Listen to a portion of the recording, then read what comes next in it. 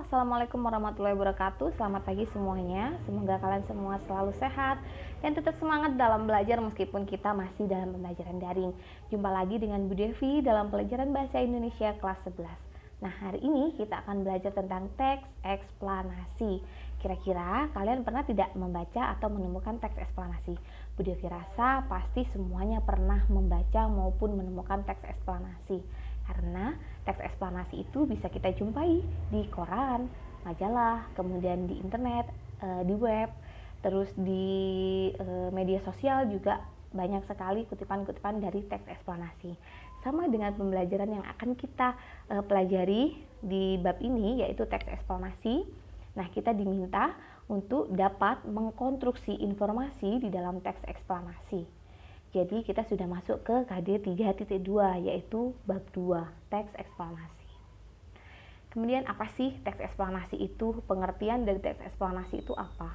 Jadi eksplanasi itu berasal dari bahasa Inggris yaitu explain, yang artinya menjelaskan, atau explanation, yang artinya penjelasan. Berarti eksplanasi itu adalah teks yang berisi yang menjelaskan sesuatu atau berisi penjelasan sesuatu.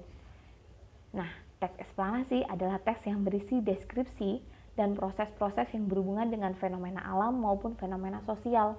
Bentuknya adalah deskripsi. Deskripsi ini kan penjelasan. Kemudian fenomena alam. Nah, siapa nih yang tahu gambar di sebelah ini? Jadi, gambar ini itu adalah gambar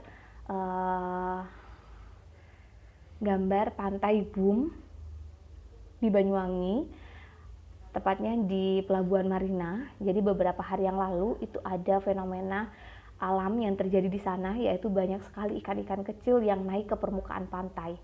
Nah, banyak sekali yang mengira bahwa ini akan terjadi tsunami, kemudian akan terjadi bencana alam.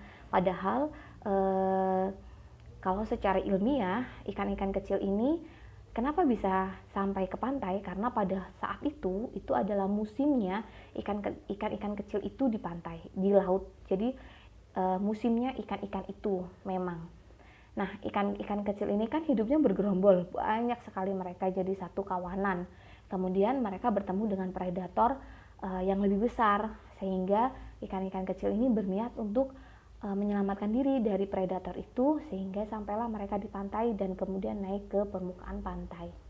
Ternyata mereka lari dari predator dan kena oleh manusia. Gitu.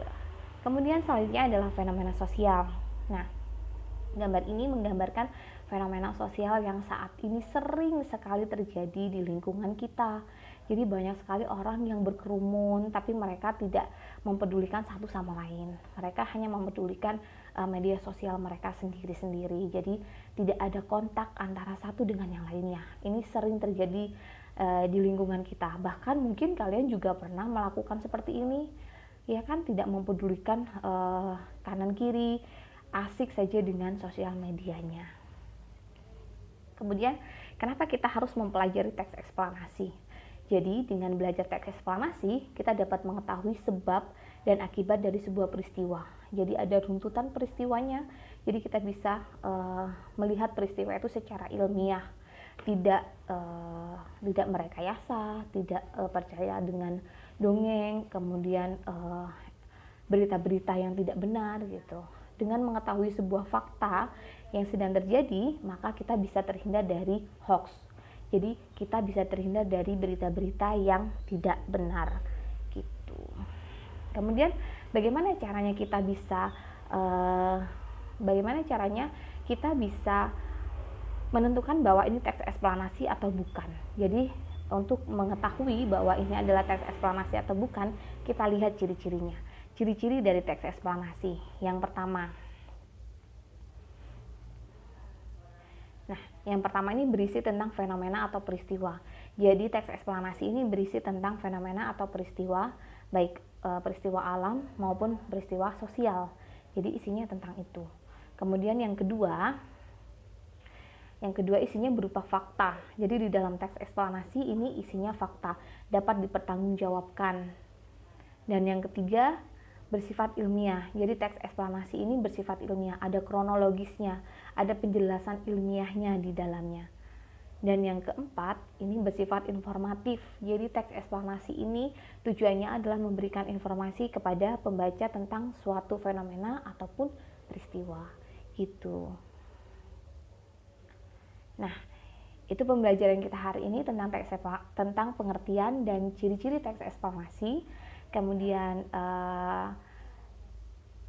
semoga apa yang Bu Devi sampaikan hari ini bermanfaat dan dapat dimengerti oleh kalian semuanya. Kita lanjutkan ke latihan. Selamat belajar dan jangan lupa untuk tetap semangat. Catatlah hal-hal yang penting. Oke, Assalamualaikum warahmatullahi wabarakatuh.